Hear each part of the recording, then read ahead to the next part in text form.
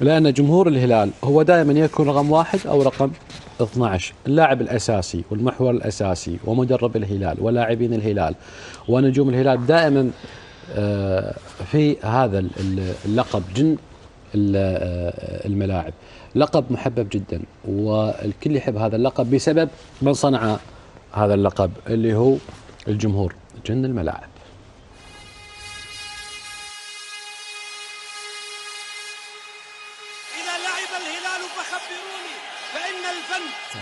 وترعرع في العقل وسكن طوال حياته في القلب.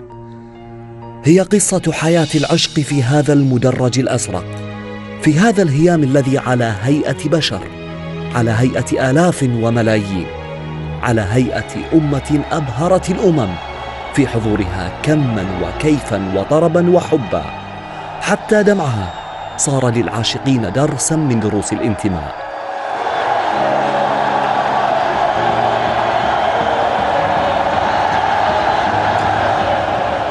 لا نعلم يا سادة، هل نحسد هذا العدد المهول على أزرق يسرق القلب حتى لو تحصنت في صدور الفولاذ، أم نحسد هذا الأزرق على أفواج رسمت أمواجا نست الجزر وعاشت على امتداد المد؟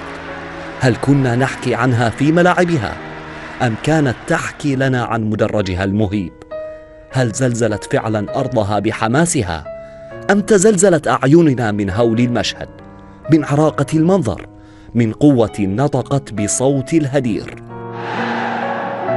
جماهير الهلال الآن الله الله الله إنها كالنجوم وسط الهلال. فكانت هذه الأعداد دائما في نظر الكل هي الرقم الأول في قصة الهلال. فعلا إن لم يكن للزعيم هذا الحشد، فكيف سيكون هذا الحشد لغيرك يا زعيم؟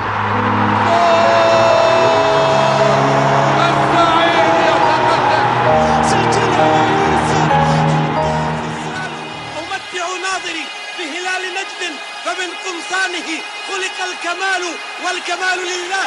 يا هلالي يا هلالي يا هلالي يا هلالي، يفتخر مثلي ويهتف يا هلالي يا هلالي.